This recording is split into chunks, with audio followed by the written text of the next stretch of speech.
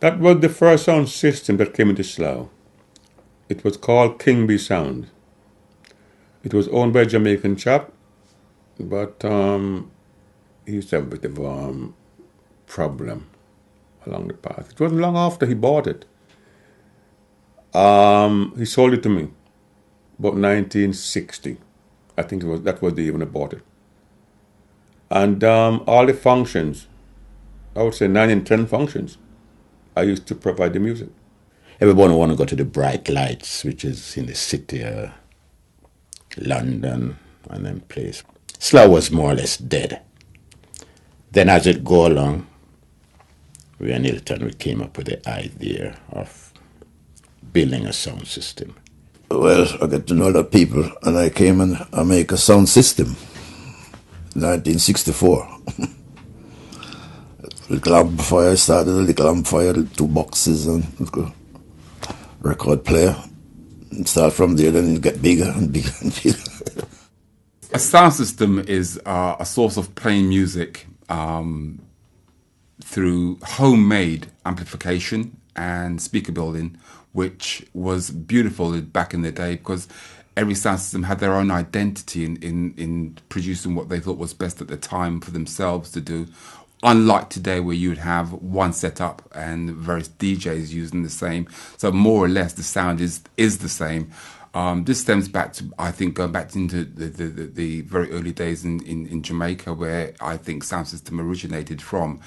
And local areas would have your tubbies and your fat mans and your various other sounds building their own amplification speaker sets, and they would sound differently from each other. And it's a question of the crowd then in interpreting who sounded the best.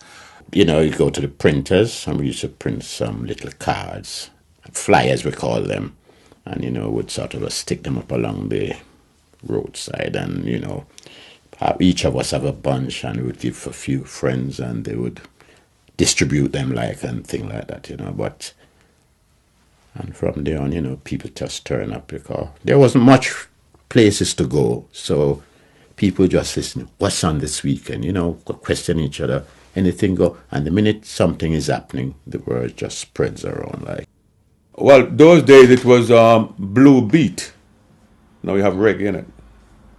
You had the blue beat first. Well, used to start with the ska, then blue beat come in, blue beat ska, then reggae come in. Those type of music.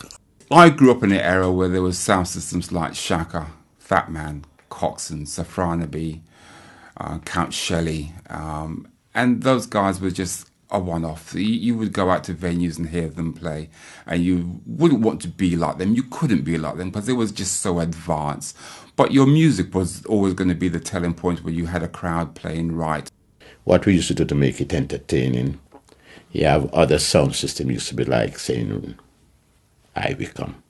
So we would decide to build a dance, and then you get one from Ivicom, and we have what you call a clash, It's like I'm competing against them, they are competing against us, and I spent a lot of time going up to London to Acton Town Hall where there were big competitions where trophies were actually awarded to the best sound of the night. There were also judges.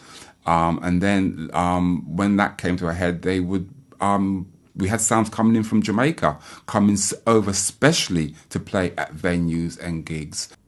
The English people, the English girls, them generally, them days used to have mixtures of the colored boys with the white girls, so you find them, they come there and, they do enjoy themselves.